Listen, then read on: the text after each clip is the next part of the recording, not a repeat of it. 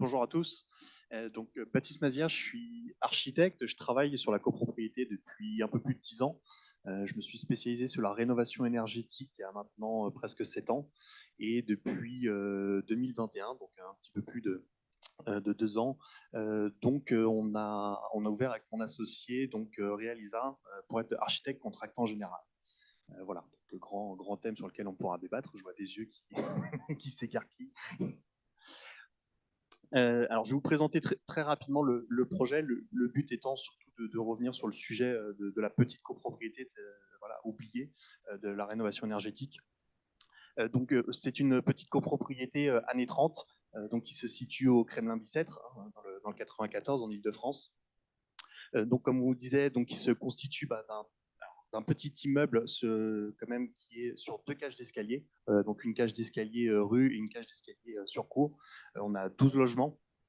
On reste vraiment dans ce thème de la petite copropriété de moins de 20 logements. On a sur donc, la rue une façade style art déco, donc avec quelques modénatures béton, les garde-corps saillants et ces oriels centrales par rapport au bâtiment.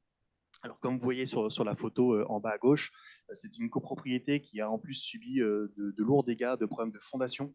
C'est une copropriété qui se situe en fait proche de l'autoroute A6 et de la connexion avec le périphérique, donc sur lequel il y a eu beaucoup de travaux, de choses faites au niveau des souterrains, donc qui a amené des affaiblissements de l'immeuble. Donc avant même qu'on intervienne sur cet immeuble en 2022, ils sont déjà passés par une phase assez lourde, structurelle, de reprise en sous-œuvre, d'injection et autres, avant même de pouvoir parler énergie, mais déjà de pouvoir habiter l'immeuble sans avoir de problèmes structurels.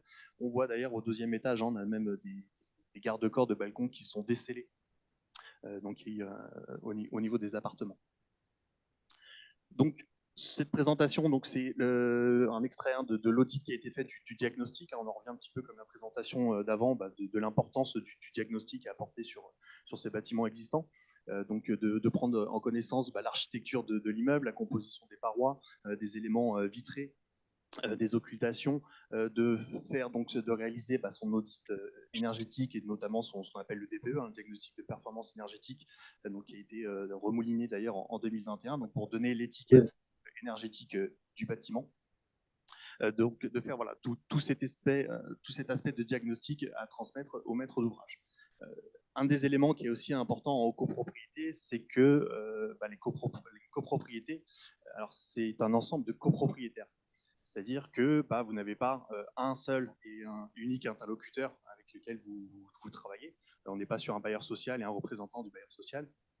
Sur ce type d'immeuble, vous devez donc intervenir et travailler avec l'ensemble des copropriétaires, voilà, pour les rassembler autour du projet, les mettre donc devant l'état de l'immeuble et les travaux qui sont à prévoir. Ce qui est important aussi dans la partie diagnostic, puisque vu qu'on est sur une multitude de propriétaires, on a aussi une multitude d'installations individuelles qui ont été faites dans l'immeuble. C'est-à-dire qu'on ne peut pas s'arrêter à dire voilà, l'ensemble des fenêtres sont en double vitrage. Non, certains sont en double vitrage, certains sont en PVC, certains sont en aluminium, certains sont en simple vitrage, certains ont mis des volets roulants, d'autres sont restés en persienne, etc. Donc, le diagnostic doit être vraiment approfondi logement par logement. C'est le cas aussi donc, pour tout ce qui va être moyen de chauffage, de production d'eau chaude sanitaire. Certains donc, sont restés avec des chaudières gaz, certains ont des ballons électriques individuels, ils ont des ventilations plus ou moins individuelles qui ont été installées. Vous savez que voilà, la ventilation dans le bâtiment au collectif est arrivée que très tardivement. On n'y était encore pas dans les années 30. Donc c'est l'ensemble de diagnostics-là qui est à faire donc, sur l'immeuble, ce qui veut dire qu'il faut quand même passer dans quasiment tous les appartements pour avoir un relevé le plus exhaustif possible par rapport aux travaux à envisager sur cet immeuble.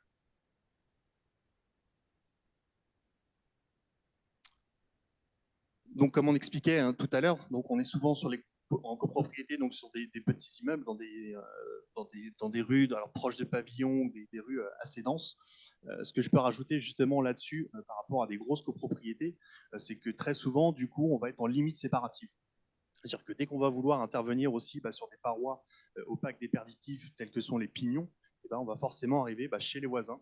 Donc ça, c'est des éléments qui sont assez importants aussi à prendre sur les petites copropriétés, qui sont beaucoup plus redondants que sur les grandes. Les grandes copropriétés ont tendance à être sur des parcelles quand même un peu plus imposantes, avec de la végétation, avec de la résidentialisation, avec tous ces éléments-là. Alors que voilà, sur ces petites copropriétés, très souvent, on va être mitoyen avec d'autres, avec des pavillons, avec d'autres immeubles, avec d'autres bailleurs et autres. Oui, c'est bien. Donc là, encore une fois, vous avez une synthèse de l'audit et du diagnostic qui a été fait sur l'immeuble, donc sur les moyens de chauffage, de ventilation, et très rapidement sur la mise en place de scénarios et de scénarios chiffrés. Puisque ce qui est compliqué, contrairement peut-être à du bailleur ou autre, c'est que le client ne vient pas vous voir avec une enveloppe budgétaire, il vient vous voir en disant on a des soucis thermiques, on a des enjeux de consommation, de rénovation, et il faut effectivement les accompagner justement dans la mise en place de ce scénario financier, donc qui va donc intégrer notamment le traitement de l'enveloppe, des façades, de la toiture, des menuiseries, des moyens de production, de chauffage, de chaude sanitaire. Et on va donc très rapidement leur chiffrer, leur donner des masses pour qu'il y ait une représentation de l'enveloppe financière qui peut être mise sur la rénovation de l'immeuble, et puis très en lien aussi directement d'ailleurs avec l'AMO, ou Aimé, je pense, en parlera après, justement sur ce que ça représente aussi par copropriétaire. Puisqu'encore une fois, le projet va être payé par chacun des copropriétaires de l'immeuble. Donc il faut que chacun puisse prendre possession du projet énergétique de l'immeuble, mais puisse aussi, lui, à son échelle, savoir comment il peut le financer, comment on peut arriver à mettre en place un projet de telle envergure. Donc sur le projet, vous voyez, c'était donc de passer d'une étiquette F à une étiquette D, donc qui passe donc par l'isolation thermique des façades par l'extérieur. Or, la façade avant qu'on a voulu conserver pour son aspect patrimonial d'architecture art déco, l'isolation de la toiture terrasse, le remplacement des dernières fenêtres privatives, et en jouant aussi sur le moyen de chauffage, et en passant donc sur une pompe à chaleur, alors qui était un des points justement aussi compliqués, puisque pompe à chaleur, on dit qu'aujourd'hui il faut installer de la pompe à chaleur partout. La pompe à chaleur, c'est quand même des modules qui sont à l'extérieur, qui font du bruit, qui ne sont pas très esthétiques. Donc il faut quand même trouver la place pour les installer sans que ça soit gênant pour la copropriété, mais encore une fois pour les voisins. On est dans des milieux qui sont très denses. Donc c'est tout d'éléments techniques qu'on essaye d'intégrer au projet.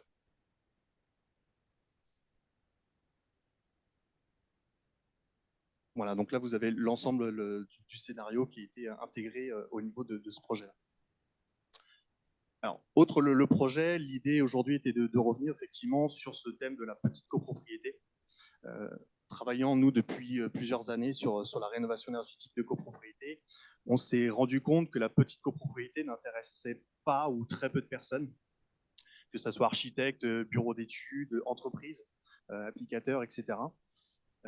D'ailleurs, c'est par rapport à la présentation d'avant, je trouve ça assez intéressant, puisque dans la complexité, où on disait justement d'avoir quelqu'un pour l'amiante, d'avoir le bureau de contrôle, d'avoir peut-être des entreprises pour nous aider à faire des recherches, etc. Sur la copropriété, en plus de ça, on va rajouter donc les copropriétaires, le conseil syndical, le syndic bénévole s'il n'est pas professionnel. Donc, ils sont d'autant d'acteurs qu'il va falloir convaincre. Et de l'autre côté, effectivement, il faut faire une équipe avec des architectes, des bureaux d'études, des entreprises, des partenariats. Donc, nous, ça a été l'idée depuis 2021 de monter une structure justement d'architectes contractants général. Donc, le but sur la petite copropriété, c'est d'arriver tout de suite avec une équipe formée, donc avec justement bureau d'études, entreprises, architecte, pour être le plus efficace possible sur la copropriété et ne pas être déjà dans des discussions avec le client sur le choix du bureau d'études, comme disait ma consoeur tout à l'heure, qui parfois est bien, parfois est pas bien, de l'AMO qui connaît bien en fait la copropriété et puis l'AMO qui va pas connaître la copropriété. Voilà. Donc aujourd'hui, notre parti pris sur la petite copropriété, c'est de venir avec une équipe formée justement pour ces éléments-là, qu'on puisse être vraiment très rapidement dans le concret, que le temps qui soit mis, et du coup l'argent indirectement du client soit mis pour la rénovation énergétique et pas dans des échanges qui pourraient malheureusement être stériles ou dans l'attente de documents de l'un ou de l'autre.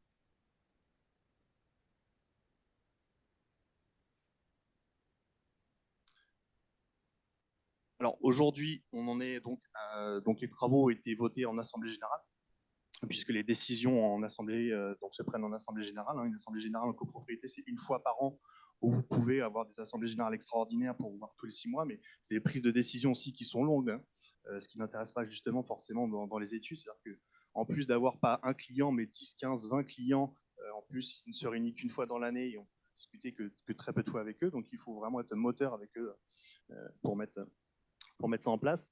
Donc aujourd'hui, l'Assemblée générale a voté les travaux, les demandes de subventions ont été déposées auprès de l'ANA par Aimé qui reviendra dessus, sur des délais aussi qui sont justement assez importants. Je pense que Aimé sera plus critique aussi là-dessus, qui sont, encore une fois, pour moi, je pense, des freins justement d'envie de travailler sur ces objets que sont la petite copropriété. C'est que au-delà des acteurs, on va avoir aussi des délais de prise de décision qui sont longs, des délais d'instruction qui vont être assez longs. On parlait aussi tout à l'heure des subventions, donc on voit qu'on commence, que l'ANA ou en tout cas l'État commence à regarder un petit peu la petite copropriété. Alors, de notre point de vue, ça reste encore très, très localisé, puisqu'on parle vraiment dans le cas d'une OPA ou d'une POPAC. Donc, on n'est pas encore vraiment sur la généralisation sur le territoire national. Mais ce qui est assez important, parce qu'on se rend compte aussi que justement, certains coûts que sont déjà, ne serait-ce que les études d'architectes, de bureaux d'études, de DPE, quand vous êtes une copropriété de 10 ou quand vous êtes une copropriété de 300, eh ben, le coût ramené aux copropriétaires n'est pas du tout le même. Et on voit que les subventions qui sont allouées pour les grosses copropriétés et les petites copropriétés, du coup, ne sont pas en adéquation en fait, avec cette répartition des aides. Oui. Est-ce que je peux poser oui. une question sur l'image d'avant, parce que j'aime beaucoup la petite copropriété du kilomètre 17. Et comme on en a discuté ensemble, il y avait une entrée qui me semblait intéressante, et c'est celle de comment vous avez affronté la question justement des remplacements, par exemple, des menuiseries qui étaient par certains déjà changées, d'autres pas, et donc comment vous avez fait le calcul global pour arriver à 35% de gains énergétiques en prenant en compte aussi les travaux dans les parties privatives. Juste expliquer ça, et après je passerai la parole à Aimé pour le reste. Tout à fait. Donc, comme je disais, ça passe par un diagnostic qui peut être assez long s'il n'est pas coordonné. Donc, de passer au maximum dans tous les appartements, de travailler aussi avec des questionnaires et des recensements que les AMO font également et ce qu'on va faire conjointement pour essayer de connaître l'état des menuiseries, l'état des occultations, le type de moyens de production d'eau chaude, de chauffage. Et dans le calcul des scénarios, on va être le plus précis possible par rapport à ces appartements, puisque effectivement, sur une petite copropriété, les surfaces vitrées en simple vitrage représente aussi rapidement une déperdition assez importante. Et en copropriété, les fenêtres et les occultations notamment sont privatives. Donc c'est-à-dire que théoriquement, si vous travaillez sur la copropriété, vous travaillez sur le collectif et c'est à chacun de se débrouiller derrière. Nous, c'est pas notre vision, c'est de les accompagner justement sur le privatif. Alors voilà, en essayant de leur expliquer qu'ils ont un intérêt en fait à remplacer collectivement les menuiseries. Déjà parce qu'on va les accompagner techniquement, on va les accompagner financièrement. Et donc, ça va rentrer dans le gain énergétique également, et pour atteindre ces fameux 35% demandés par an.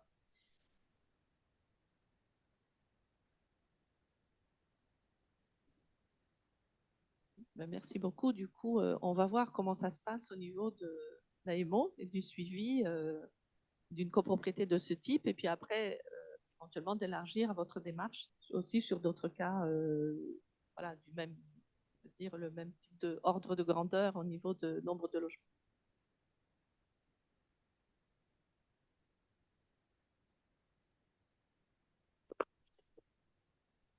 Et là, ouais. Bonjour à tous. Donc moi, je suis très très honoré d'être là. Donc peut-être en deux mots. Donc moi, je m'appelle Aimé. J'ai effectivement fondé la société AMOA. Avant, je travaillais dans le financement de la rénovation énergétique, principalement dans les certificats d'économie d'énergie et dans MaPrimeRénov'. Et en fait, on avait beaucoup de sollicitations pour des bailleurs sociaux, des grosses copropriétés.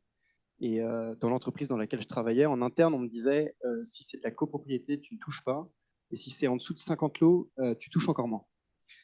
Et on avait énormément de sollicitations et avec des personnes qui étaient dans la difficulté d'être en étiquette G, en étiquette F, de devoir rénover, de ne pas comprendre comment ça fonctionnait, de faire des demandes et de ne pas être accompagné.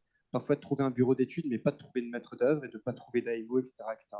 Donc on a décidé de lancer cette société AMOA pour accompagner spécifiquement la petite et la moyenne copropriété. Donc chez nous, ça fait moins de 50 logements.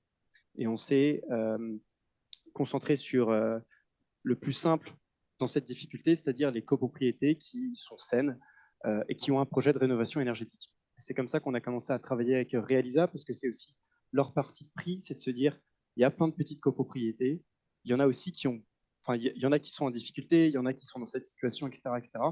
Il y en a aussi qui veulent uniquement se mettre à jour sur le plan réglementaire, et il y en a certaines qui ont besoin de faire des travaux, mais c'est à elles qu'on va s'adresser. C'était le cas, par exemple, pour la copropriété du Kremlin-Bicêtre, comme Baptiste l'a décrit. Et donc, nous, en tant qu'assistant à maîtrise d'ouvrage, donc, on a un cahier des charges qui est demandé par l'ANA pour délivrer ma prime rénov'. On a également des prérequis qui sont demandés par les banques pour pouvoir monter les prêts, les éco-PTZ, etc., ce qui est enfin, moins facile que ça en a l'air. Et puis également, on n'a pas besoin d'habilitation particulière. Donc, il y en a certains qui sont très techniques, il y en a qui sont des anciens architectes, des anciens ingénieurs, etc. Ou bien on peut avoir un bagage technique un peu moins important. Nous, typiquement, c'est notre cas. Et donc, on va travailler systématiquement avec des maîtres d'œuvre qui ont l'habitude de le faire. Donc,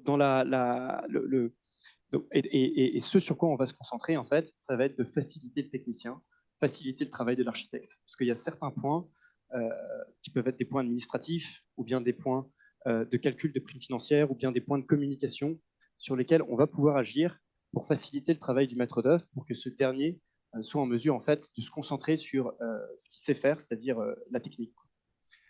Donc, par exemple, sur la copropriété du Kremlin-Bicêtre, donc nous, on s'est mis un petit peu derrière Realisa.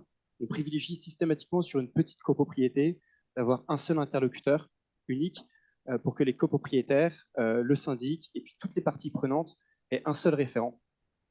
En fait, la première visite technique que j'ai faite, je me suis retrouvé, donc c'était une copropriété de 6 logements. Il y avait le conseil syndical, donc il était tout seul en syndic bénévole, 3 personnes également de la copropriété. Il y avait l'architecte, le bureau d'études fluides, le bureau d'études, moi, les installateurs. Enfin bref, on était 25 autour des 4 propriétaires. Donc voilà, toujours privilégier un interlocuteur unique. Et donc, dans le cadre de Kremlin-Bicêtre, nous, on est arrivé au moment de l'APS. Donc, comme Baptiste l'a souligné, ça avait déjà énormément avancé. Il y avait déjà des choix également architecturaux qui avaient été faits. Et puis, il y avait à ce moment-là, en fait, un arbitrage à faire. C'est-à-dire, est-ce qu'on passe la pompe à chaleur également sur l'eau chaude sanitaire ou est-ce qu'on se concentre uniquement sur le chauffage? Donc, il a fallu calculer les codes-parts, calculer les primes financières, comprendre également ce que ça représentait en termes de prêts, en prêt à taux zéro ou bien en prêt non pris, enfin en prêt avec un taux d'intérêt. Et c'est sur cette base-là en fait que les copropriétaires ont pu faire prendre leurs décisions. Et à ce moment-là, du coup, à partir du moment où le conseil syndical a choisi en fait l'option, alors c'était l'option du coup sans eau chaude sanitaire, Realisa a approfondi et on a monté du coup la convocation pour pouvoir voter les travaux. Voilà. Là, on va également intervenir. Ça va être sur du coup le montage, comme je le disais, financier, donc le dépôt des primes financières, et puis également le montage des prêts. Et on en a un petit peu parlé, l'intégration des travaux privatifs.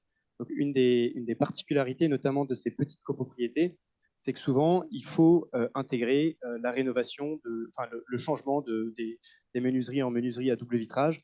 Il faut parfois intégrer d'autres types de travaux privatifs. Et pour savoir ce qu'il faut, pour comprendre en fait ce qu'il faut changer, il faut déjà savoir ce qui est à changer.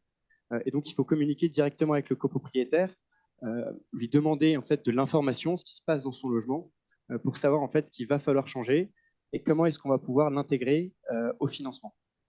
Parce qu'aujourd'hui, typiquement, les travaux privatifs ne sont pas finançables par un éco-PTZ, par exemple, ou bien par ma prime rénov', mais certains travaux privatifs, s'ils sont à intérêt collectif et s'ils ont été votés en assemblée générale, si le syndic et maître d'ouvrage peuvent être intégrés dans ces financements.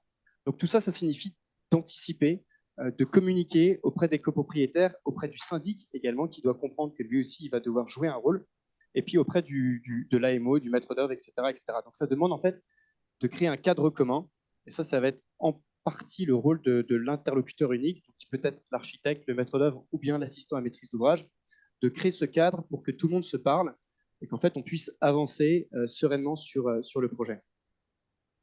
Peut-être quelques mots simplement sur le financement du projet, parce que ça touche un petit peu à aux évolutions qu'on peut connaître récemment.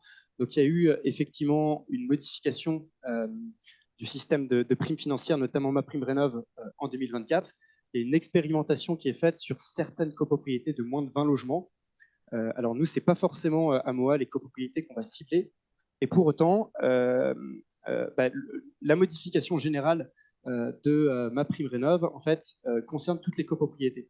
Donc si jamais on sort de ce régime spécial des copropriétés de moins de 20 logements, la copropriété du Kremlin-Bicêtre aurait pu bénéficier en fait de ces augmentations de primes MaPrimeRénov'. Donc typiquement, alors je crois que c'était sur la dernière, la slide du financement, on avait à peu près 680 000 euros de montant de travaux pour cette copropriété du Kremlin-Bicêtre, avec à peu près 130 000 euros, 140 000 euros de tête de primes financières. Aujourd'hui, avec les nouveaux barèmes MaPrimeRénov', on aurait été à 190 000 euros de primes financières. Donc ça signifie pour chaque copropriétaire, en fait, un reste à charge qui diminue de 4 000 à 5 000 euros en moyenne, ce qui fait qu'en fait, effectivement, donc ça leur permet de financer un petit peu plus facilement leur projet. Peut-être, effectivement, pour revenir sur ce sujet-là, et c'est un sujet du coup que Realisa pousse beaucoup et que nous aussi, on essaye de développer chez AMOA, c'est, alors je ne vais pas dire la gestion des interfaces, parce qu'en architecture, ça fait référence à autre chose, mais le passage des relais. Donc en copropriété, il va y avoir plusieurs types d'intervenants, il va y avoir plusieurs étapes, souvent la partie diagnostic, ensuite la phase de conception, ensuite la phase de travaux, ensuite la phase de financement, etc. Et c'est souvent en fait lors de ces passages de relais qu'on perd énormément de temps et que le projet risque de s'enliser. Donc là, typiquement, on a essayé on vous a proposé une frise qui est très générale sur le fonctionnement d'une rénovation énergétique de copropriété et sur l'intervention de chacun des intervenants, avec à chaque fois en fait les différents goulets d'étranglement. Et donc ces goulets d'étranglement, ils font qu'aujourd'hui, la rénovation énergétique en copropriété, en moyenne, on dit que ça met au moins 5 ans entre le début de l'idée et la réception des travaux. Voilà. Aujourd'hui, pour une petite copropriété, l'idée, c'est de se dire, est-ce que c'est vraiment nécessaire que ça mette autant d'années? Est-ce qu'on ne peut pas essayer de gagner du temps sur certaines tâches? Alors, le but, ce n'est pas de gagner du temps sur la conception, sur le travail de l'architecte, etc. Mais par exemple, sur le délai d'instruction des prêts, est-ce qu'on ne peut pas gagner du temps sur le fait qu'on travaille ensemble au même moment, qu'on fasse la visite technique au même moment? Est-ce qu'on ne peut pas essayer de gagner du temps pour raccourcir ces délais? Voilà, c'était une des préoccupations de la copropriété du Kremlin-Bicêtre. Ils avaient besoin de faire des travaux, ils voulaient aller relativement vite, ils avaient confiance dans leur équipe, donc dans l'interlocuteur unique Realisa. Voilà, donc ils avaient besoin d'avancer, et dans ces cas-là, il faut les aider à avancer. Donc l'idée, c'est effectivement la slide suivante, c'est qu'avec cette méthodologie, on peut augmenter, on peut diminuer en fait le temps de travaux. Donc vous voyez typiquement que là, le travail du bureau d'études, de Realisa et puis de l'assistant à maîtrise d'ouvrage, il est fait de manière concomitante.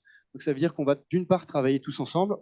La visite technique, on l'a fait ensemble. On va évidemment déployer un cadre commun pour que le copropriétaire comprenne, etc. Et ça va signifier qu'en fait, il va y avoir des synergies entre le travail du bureau d'études, du thermicien, enfin du bureau d'études, pardon, du maître d'œuvre et puis d'assistant à maîtrise d'ouvrage. Nous, typiquement, côté assistance à maîtrise d'ouvrage, l'ANA nous demande de faire une enquête sociale. Alors cette enquête sociale, c'est pour recenser en fait les situations de chaque copropriétaire, comprendre s'il y a des situations difficiles, comprendre également si certains sont éligibles à des aides individuelles. Et ça peut aussi en fait être l'occasion de comprendre ce qui se passe dans l'appartement, savoir s'il y a des travaux privatifs à réaliser, également comprendre comment est-ce qu'on va, également recueillir de l'information, notamment au moment des travaux pour l'intervention en site occupé. Donc tout ça, en fait, si on fait ce travail de manière cohérente, en fait, avec un cadre commun, ça nous permet de gagner du temps. Donc Kremlin-Bicêtre, par exemple, nous, on est intervenu, on a voté les travaux en à peu près 5 mois. Ensuite, on a instruit les dossiers. Au bout de 2 mois et demi, on a eu la notification, on a pu instruire les prêts, etc. Et donc, ça avance. Il y a d'autres projets également, que ce soit avec Realisa ou avec d'autres maîtres d'œuvre expérimentés, où on peut voter des travaux en 6 mois, 8 mois, 10 mois. Tout simplement, en fait, parce qu'on a travaillé ensemble et on a, en fait, optimisé un petit peu la partie gestion de projet. Merci beaucoup.